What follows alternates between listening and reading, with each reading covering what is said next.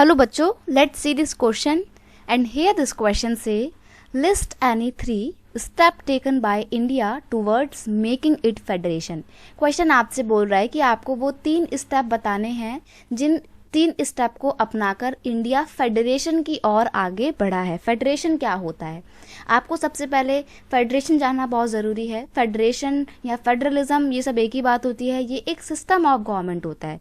It is a system of government where powers are distributed among the different level of government. यानी कि federalism में क्या होता है कि जो पावर होती है ना, वो अलग अलग लेवल ऑफ गवर्नमेंट के बीच में डिस्ट्रीब्यूट की जाती है, बांटी जाती है।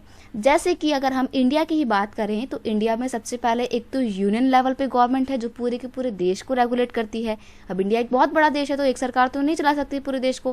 फिर स्टेट लेवल पे भी गवर्नमेंट बना दी गई है, लेकिन इंडिया के कुछ स्टेट भी बहुत बड़े बड़े हैं, जैसे कि उत्तर प्रदेश हो गया, हरियाणा हो गया, राजस्थान हो गया, आंध्र प्रदेश हो गया। ये तो बहुत बड़े बड़े स्टेट हैं। ये इतने बड़े बड़े राज्य हैं कि यूरोप की जो कंट्रीज़ हैं ना, पूरे पूरे देश हैं, उनसे भी बड़े बड़े हैं। आपने यूरोपियन कंट्री बेल्जियम का नाम सुना होगा।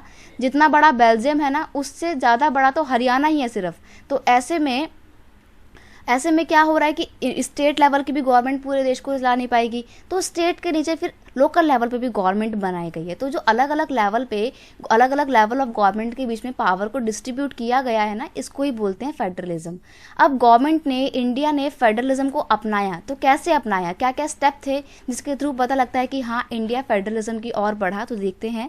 फर्स्ट पॉइंट है, after independence Indian constitution setup 2 tier of government. सबसे पहली बात, फेडरलिज्म की ओर बढ़ने के लिए इंडिया का जो संविधान है उसने 2 लेवल ऑफ गवर्नमेंट बनाई है, सेंट्रल लेवल पे और स्टेट लेवल पे। नेक्स्ट है, India is divided into various state on linguistic basis. India में जो स्टेट बनी हुई है ना, वो लैंग्वेज के बेस पे बनी हुई है। और फेडरलिज्म में क्या होता है कि स्टेट अलग अलग होती हैं, तो स्टेट को जो बनाने का बेसिस है वो यहाँ पे क्या है, लिंग्विस्टिक है, भाषा है। नेक्स्ट है, by the 1992 amendment in Indian constitution there is 3rd tier of government has been adopted known as local self government. यानी कि मैंने आपको बताया ना कि इंडियन कॉन्स्टिट्यूशन ने 2 लेवल पे गवर्नमेंट बनाई थी, तो आफ्टर इंडिपेंडेंस तो सिर्फ 2 ही लेवल पे गवर्नमेंट थी।